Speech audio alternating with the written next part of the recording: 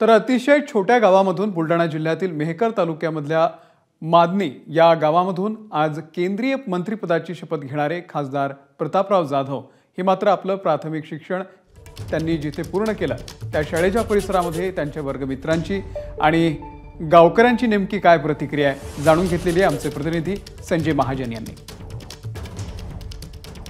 काका, काय भावना आहेत? आज प्रतापराव जाधव हे केंद्रीय मंत्रिपदाची शपथ घेत आहेत।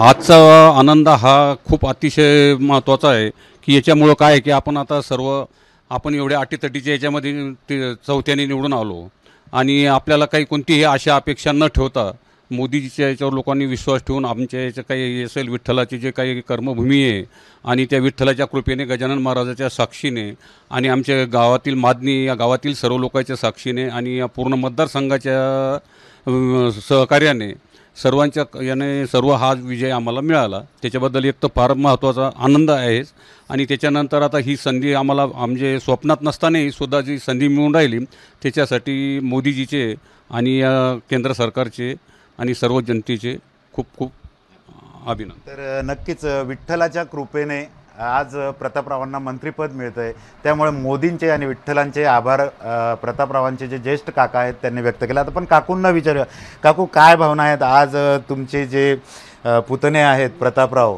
हे केंद्रीय मंत्री होत आहेत, काय भावना आहेत, कसा आनंद आहे? आम्हाला या विठ्ठल रुक्माईचा आशीर्वाद त्याच्यामुळे सगळ्या गोष्टी या घडतात, आम्हाला आनंद आहे, त्या चांगली गोष्ट आहे। प्रतापराव आता मंत्री बनवून येतील घरी, कसं स्वागत करणार? कुंकू लावील, पेढा चालील आणि चांगलं स्वागत करेल त्याचे, विठ्ठलाच्या कृपेने गजानन बाबाच्या कृपेने स्वागत करेल त्याचं चांगलं। नक्कीच गजानन महाराजांच्या कृपेने मी त्यांना पेढा भरून त्यांचं स्वागत करेल। आपल्यासोबत प्रतापरावांचे धाकटे काका सुद्धा आहेत। काका, काय म्हणाल? आज प्रतापराव मंत्रिपदाची शपथ घेत आहेत। आमचं कसं आहे की आम्हाला आमच्या घरी हरिविजय ग्रंथ अखंड 1932 सालापासून आज अखंड येतो, आज रोजी चालू येतो।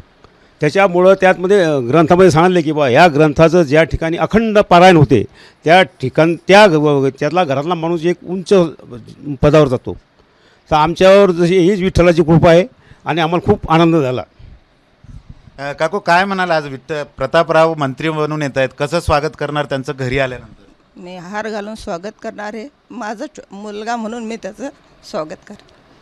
तर नक्कीच प्रतापरावांचे हे काका काकू आहेत आणि प्रतापराव हे मंत्री होत आहेत आणि त्यामुळे त्यांना मोठा आनंद आहे। विठ्ठलाच्या कृपेने हे सगळं होतं आहे अशी त्यांची भावना आहे। आपल्यासोबत प्रतापरावांचे धाकटे बंधू आहेत।